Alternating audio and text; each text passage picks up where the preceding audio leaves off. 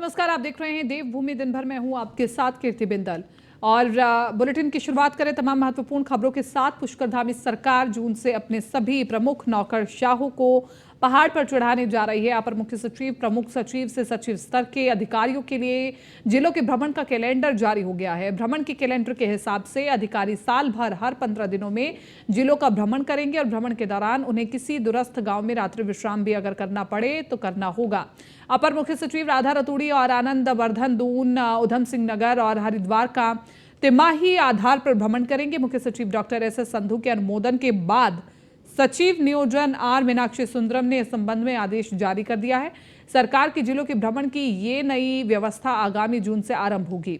उत्तराखंड को साल 2025 तक देश का अग्रणी राज्य बनने के लिए सशक्त उत्तराखंड के तहत शासन ने जिलों के प्रभारी सचिवों की व्यवस्था को समाप्त किया है और इस व्यवस्था में प्रभारी सचिव एक जिले तक सीमित रह रहे थे और इससे उन्हें दूसरे जिलों में कार्यों की नब्ज टटोलने के लिए कार्य मिला है और अधिकारी जिलों को भ्रमण करने के लिए 1 सप्ताह के भीतर भ्रमण की एक रिपोर्ट शासन को भी सौंपनी होगी। पूर्व में हमारी प्रभारी सचिव की व्यवस्था थी जिसमें 13 जनपदों के लिए 13 प्रभारी सचिव नियुक्त किए गए थे। तो ये 13 प्रभारी सचिव केवल अपने अलॉटेड डिस्ट्रिक्ट में भ्रमण करते थे और उसके अलावा जिसको प्रभारी सचिव नहीं बनाया गया उनका भ्रमण नहीं होता था। तो इस स्थिति को चेंज करने के लिए माननीय मुख्यमंत्री जी का ये प्रयास है और अभी आप देखेंगे तो चीफ सेक्रेटरीज कॉन्फ्रेंस का भी मुद्दा था और नीति आयोग के शासी निकाय की मीटिंग में भी मुद्दा था। District as a fulcrum of development, जो विकास है उसका केंद्र जिला होता है और जिले में ही इम्प्लीमेंटेशन विभिन्न जो कार्यक्रम है चाहे भारत सरकार का हो राज्य सरकार का हो इसको इम्प्लीमेंटेशन होता है। तो इसको धरातल पर देखने के लिए प्रत्येक प्रिंसिपल सेक्रेटरी और प्रभारी सचिव सबको कैलेंडर बनाया गया है नियोजन विभाग की तरफ से। तो इसमें प्रत्येक महीने एक जनपद में भ्रमण करेंगे। ये अपने जो विभाग हैं उसके कार्यक्रमों का तो समीक्षा करेंगे ही और उसके साथ साथ कुछ ऐसे प्रोग्राम्स जो भारत सरकार के और स्टेट गवर्नमेंट के प्रायोरिटी वाले प्रोग्राम्स हैं उसके ज़मीन पर क्या इम्पैक्ट है उसको भी देखेंगे। पूर्व देहरादून में मुख्यमंत्री पुष्कर सिंह धामी सचिवालय में राज्य में विभाग द्वारा राजस्व अर्जन की समीक्षा बैठक कर रहे हैं। सरकार के सामने विकास कार्यों के लिए राजस्व जुटाना एक बड़ा टास्क भी है और बैठक में वित्त मंत्री प्रेमचंद अग्रवाल, वित्त विभाग, जीएसटी से जुड़े अफसरों के साथ साथ कई विभागों के प्रमुख भी मौजूद हैं। वित्त मंत्री प्रेमचंद अग्रवाल ने बैठक से पहले बताया कि राज्य सरकार विभागवार राजस्व अर्जित करने के लिए गंभीरता से काम कर रही है।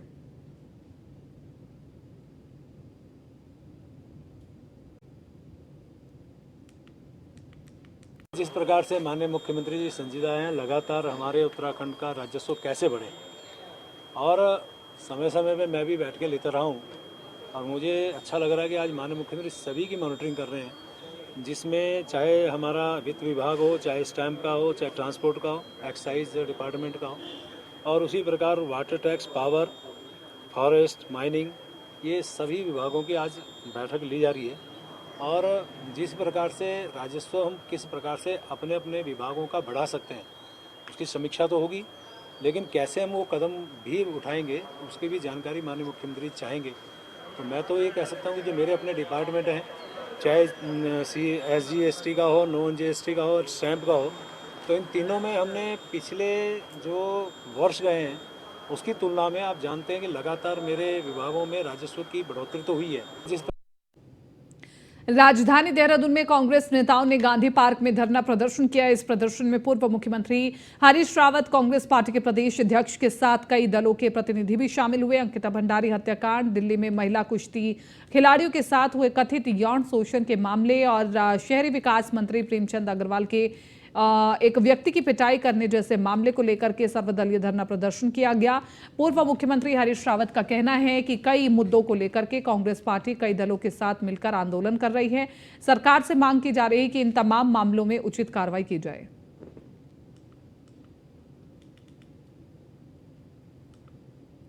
उत्पीड़न के खिलाफ उत्तराखंड की आवाज़ है और देश की जो आवाज़ है उत्पीड़न के खिलाफ उसके साथ हम अपनी आवाज़ मिला रहे हैं। अंकिता हत्याकांड का भी कौन जिम्मेदार उनको बचाने वाले कौन हैं?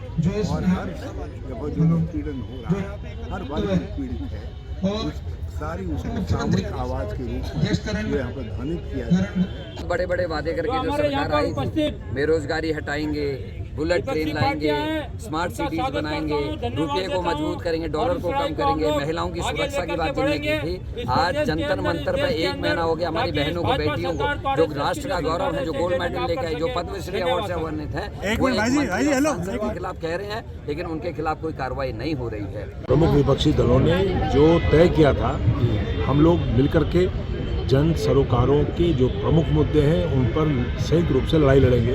आज हमारा पहला एक्शन प्रोग्राम है और वो हमने राज्य की महिलाओं को, मातृशक्ति को समर्पित किया है।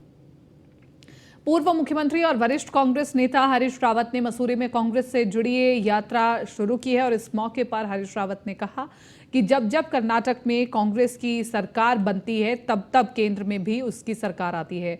हरीश रावत ने कहा कि तेलंगाना में भी कांग्रेस की सरकार बनेगी। हरीश रावत ने कहा कि धर्म के नाम पर बने पाकिस्तान का हश्र सब देख रहे हैं, बीजेपी भारत को भी उसी रास्ते पर ले जा रही है। हरीश रावत ने देश की जनता से अपील की है कि कांग्रेस को मजबूत कर लोकतंत्र को मजबूत करे और देश को बचाने में अपना अहम योगदान दे।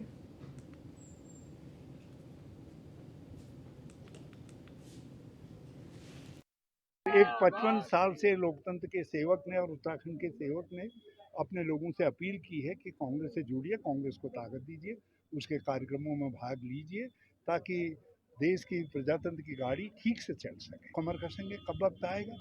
और मैं अपनी तरफ से जो है एक 51 जगह इस तरीके की छोटी छोटी पद यात्राएं करके ये अपीलें बांट रहा हूँ, अपने हाथ से बांट रहा हूँ। संकेत दिया है कि आप कांग्रेस के रास्ते पर लौटो, और जब जब कर्नाटक ने संकेत दिया है तब तक G20 समिट के लिए विदेशी डेलीगेट्स का उत्तराखंड पहुंचना शुरू हो गया है। मंगलवार को समिट में भाग लेने के लिए कई विदेशी मेहमान जॉलीग्रांट एयरपोर्ट पहुंचे, जहां उनका जोरदार स्वागत किया गया। जॉलीग्रांट एयरपोर्ट पहुंचने पर विदेशी मेहमानों का पारंपरिक रूप से तिलक व माला पहनाकर स्वागत किया गया। इस दौरान छोलिया नृत्य की पारंपरिक वाद्य यंत्र पर प्रस्तुतियां दे रहे कलाकारों को देखकर डेलीगेट्स खुद को रोक नहीं पाए और महिलाओं के साथ ही पुरुष डेलीगेट्स ने भी उत्तराखंड के गीत संगीत पर कलाकारों संग सुंदर नृत्य किया। देवभूमि की संस्कृति को देख विदेशी मेहमान गदगद नजर आए।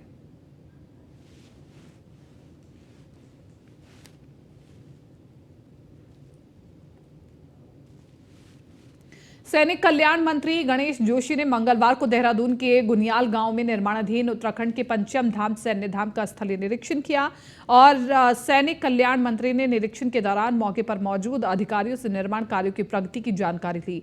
अधिकारियों ने मंत्री गणेश जोशी को बताया कि सैन्य धाम का निर्माण कार्य लगभग 50% से अधिक पूरा हो गया है और मंत्री ने अधिकारियों को निर्माण कार्य को गुणवत्ता के साथ ही तेजी से करने के निर्देश दिए हैं।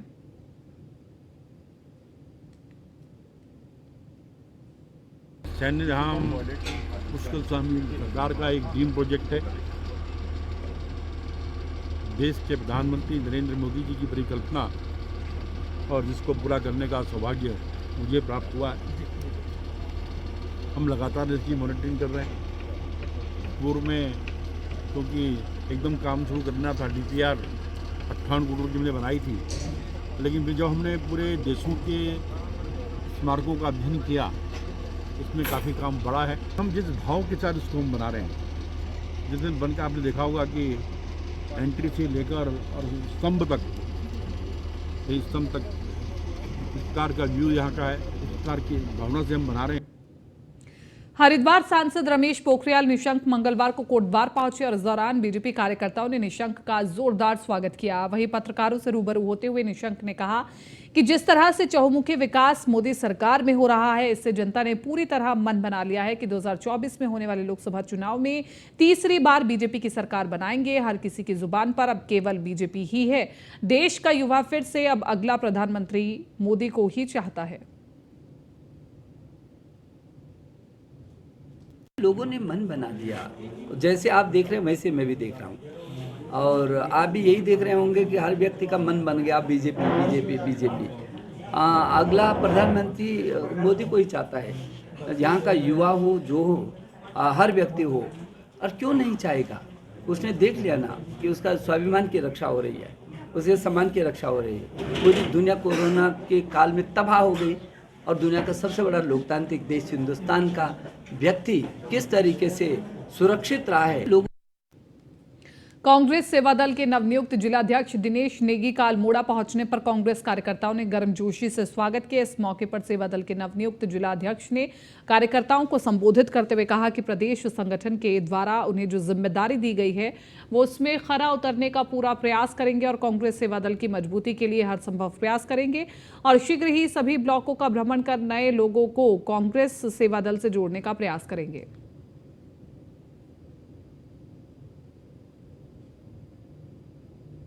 जो कांग्रेस सेवा दल है ये कांग्रेस पार्टी की रीढ़ की तरह और कांग्रेस का एक सपना है जो कि गांधीवादी जो हमारे विचार है उन विचारों को देश देश और जन जन तक पहुंचाने के लिए और एक संस्कृति और एक सभ्यता को पूरे देश में, देश के साथ साथ ही पूरे प्रदेश में फैलाने के लिए हमारी कोशिश रहेगी कि हम एक मजबूत नेतृत्व के साथ एक मजबूत संगठन बन करके दोबारा से पुनः इस अल्मोड़ा जनपद के हर ब्लॉकों में जा करके सेवा दल का विस्तार करेंगे और सेवा दल के जो विचार हैं और कांग्रेस पार्टी का जो इतिहास है, स्वतंत्रता संग्राम सेनानियों का जो इतिहास है, उस इतिहास को जन जन तक पहुंचाने का काम।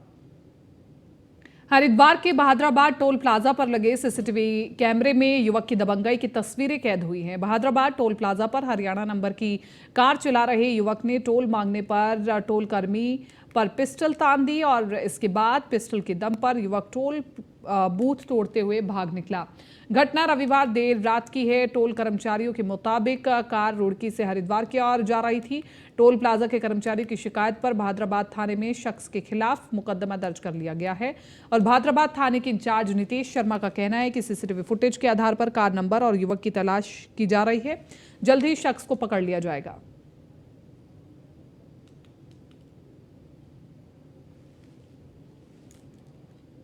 मंगलवार से 2000 रुपए के नोटों को बदलने की शुरुआत हो गई है। हरिद्वार के सभी बैंकों के खुलते ही लोग अपने पास उपलब्ध 2000 रुपए के नोटों को एक्सचेंज कराने के लिए पहुंचे। रिजर्व बैंक ने नोटों को बदलवाने के लिए गाइडलाइंस जारी की है। पंजाब नेशनल बैंक की शाखा शिवालिक नगर के प्रबंधक अमन यादव ने जानकारी देते हुए बताया कि बैंकों में एक बार में 20,000 रुपए तक के 2000 के नोट आसानी से एक्सचेंज कराए जा सकते हैं। वहीं बैंक अकाउंट में 2000 रुपए के नोट को जमा करने की कोई लिमिट नहीं है, लेकिन इसके लिए बैंक के डिपॉजिट के नियमों का पालन करना होगा।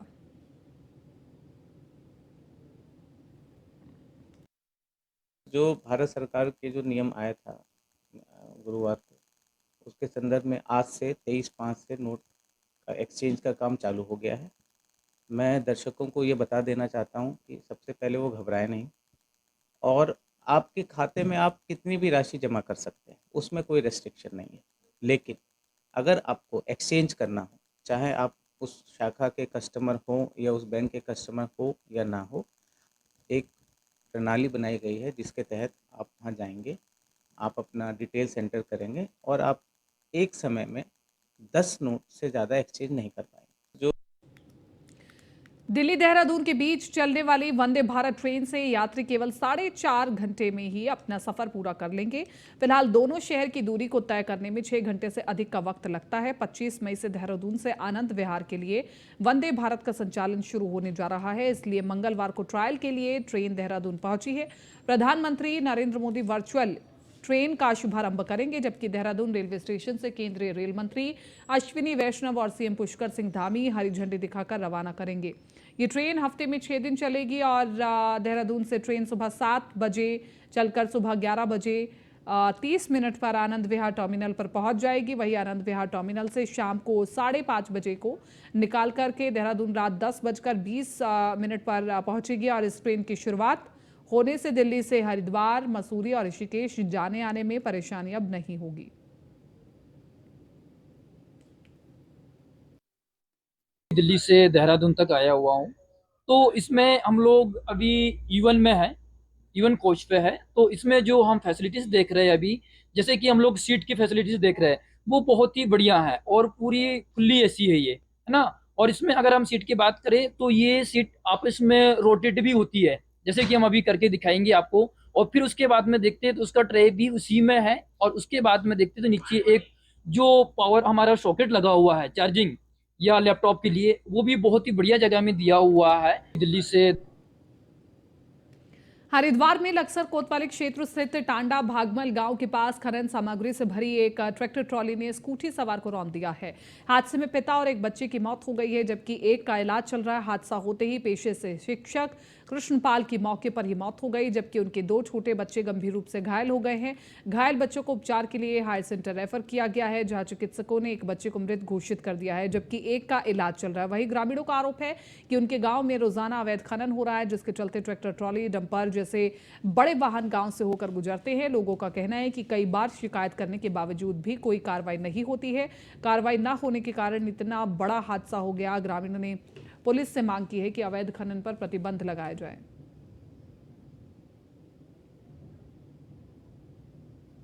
बहुत ही दुखद घटना है। गांव के ही एक व्यक्ति का ट्रैक्टर था, जिससे कि एक हमारे टीचर थे और उनके साथ जो छोटे बच्चे जा रहे थे, तो ट्रैक्टर से उनके स्कूटी की सडनली एकदम टक्कर हो गई थी, जिसमें कि जो टीचर थे, गांव के टीचर थे, और जो एक छोटा बच्चा था 4 साल का, उनकी डेथ हो गई है और एक बच्ची घायल है, वो भी स्टेबल है और ठीक है। तो जो भी चीज़ है बहुत दुखद है। उसको रेफ़र किया गया है? हाँ, नहीं, बच्ची जो घायल है उनको जौलीग्रांट रेफ़र किया गया है। चौकी भीकमपुर में टांडा भगमाल पर एक गाँव पड़ता है, वहाँ पे एक ट्रैक्टर ट्रॉली और एक स्कूटी चालक के बीच में जो है एक्सीडेंट हुआ है, जिसमें जो स्कूटी चालक है और उसके साथ 2 बच्चे थे, तो वो उससे दुर्घटनाग्रस्त होने पे जो चालक है और जो एक बच्चा उसमें था, उसकी मृत्यु होना पाया गया, और जो एक बच्ची थी उसमें 4-5 साल की, वो अभी जौलीग्रांट रेफर हो रखी है और क्रिटिकल है, आईसीयू में भर्ती होना बताया गया। उसकी भी हम लोग पैरवी करते हैं। 2000 के नोट जमा करने का सोमवार को पहला दिन है, जिसके बाद बैंकों में लोग 2000 के नोट जमा करने पहुंच रहे हैं। देहरादून में भी 2000 का नोट जमा करने के लिए बैंकों में अलग से काउंटर बनाया गया है, ताकि लोगों की ज्यादा भीड़ होती है तो बैंक कर्मचारियों सहित आम लोगों को दिक्कत ना हो। हालांकि आज सामान्य तौर पर ही बैंक में लोग पहुंच रहे हैं। सेंट्रल बैंक ऑफ इंडिया के क्षेत्रीय महाप्रबंधक राम प्रमोद आनंद ने बताया कि उत्तराखंड में उनकी 41 शाखाएं हैं। सभी शाखाओं में 2000 के नोट वापस करने की व्यवस्था की गई है और अलग से काउंटर बनाए गए हैं। इसके साथ ही एक काउंटर पूछताछ के लिए भी तैयार किया गया है।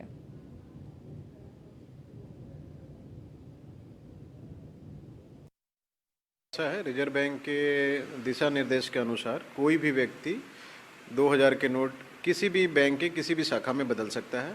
उसके लिए 6 वैलिड डॉक्यूमेंट्स बताए गए हैं। Aadhaar card, pan card, voter card, MNREGA card, ऐसे 6 डॉक्यूमेंट्स है। इसमें से किसी की एक कॉपी लगा के वो 2000 के नोट बदल सकते हैं अप टू 20,000 रुपये। प्रतिदिन वो 20,000 में बदल सकता है या इसकी कोई लिमिट है? प्रति एक दिन में 20,000 की लिमिट है पर व्यक्ति।